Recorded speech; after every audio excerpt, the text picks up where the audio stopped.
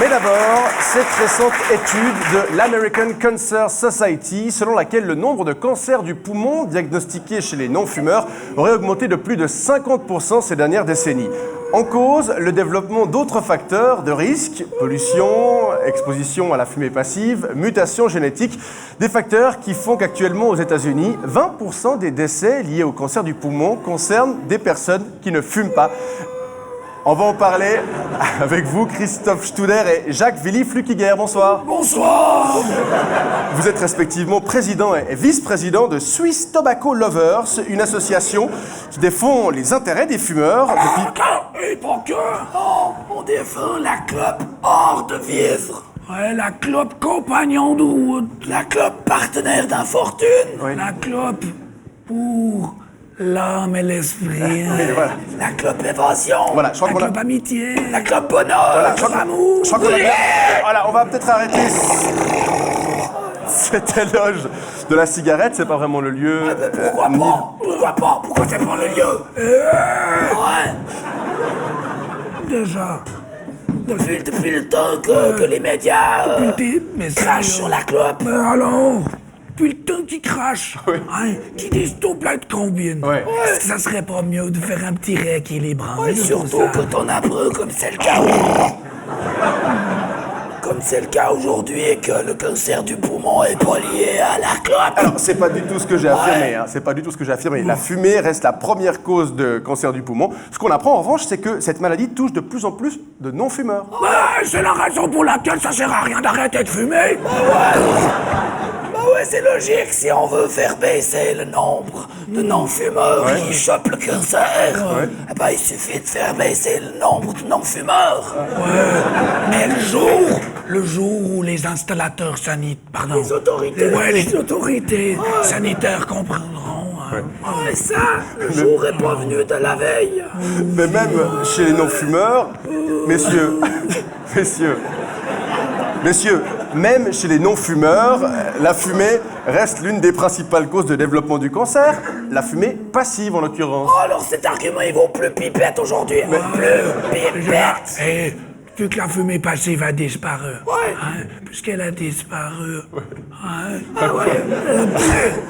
Depuis quand depuis que les apparatchiks, là, les hygiénistes... Laisse-moi dire, les nazis. Mais quoi, les nazis? C'est des nazis. Mais qui? Les nazis d'hygiénistes. Les hygiénistes? Oui. Mais c'est pas sûr. Ils ont gagné. Ils ont gagné. Ouais, puis tu sais ce qu'ils ont fait? Ils ont interdit la fumée dans les bistrots. Et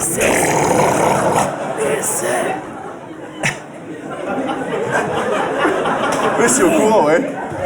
Et c'est sans doute à cause de ça Oui. qu'il y a de plus en plus de non-fumeurs qui chopent le cancer. Le cancer, c'est sans doute à cause de ça.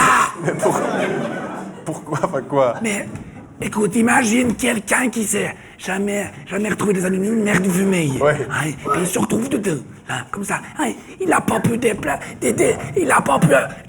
des résistances. Tu vois, c'est comme pour Ça va aller? C'est comme pour la grippe. Là, c'est comme... pour la grippe. Hein. Et puis là, petit filet de fumée, tac, puis direct cancer. Mais oui, tu discutes plus. C'est pour ça, c'est pour... Ça va aller. C'est pour ça que personnellement, Oui. je mets tout en œuvre Oui. pour protéger les personnes que j'aime contre ce risque. Ouais. Ton gamin. Et comment vous faites ça? Ben, par exemple, tous les soirs, je vais fumer 3-4 clopes dans la chambre de mon gosse quand il s'endort. Pour développer cette résistance. C'est une sorte de cancer, de vaccin contre le cancer. C'est ça. Il aime bien l'odeur de la clope. Là, puis ton petit filet jaune sur le doigt quand tu lui dis « Mon petit chouchou, tu vas dormir. » Mais oui, ça lui rappelle sa maman. Ça lui? Ça lui rappelle sa maman, qui était une grosse fumeuse. Ouais. Elle l'a été jusqu'au bout.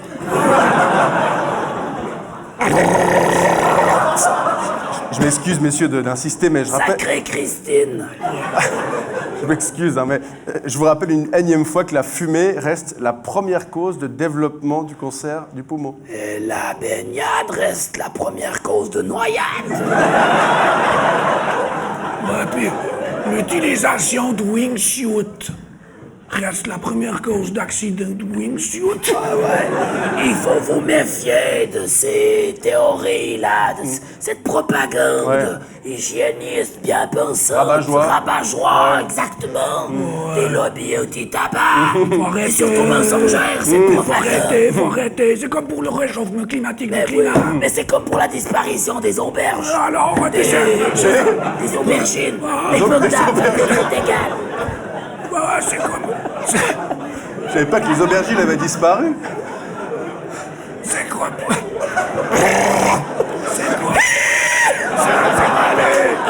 C'est facile. C'est Hein? comme pour le 11 septembre. Le 11 septembre. Oui, il faut vous méfier de toutes ces théories fallacieuses. Ouais. D'ailleurs, mais oui.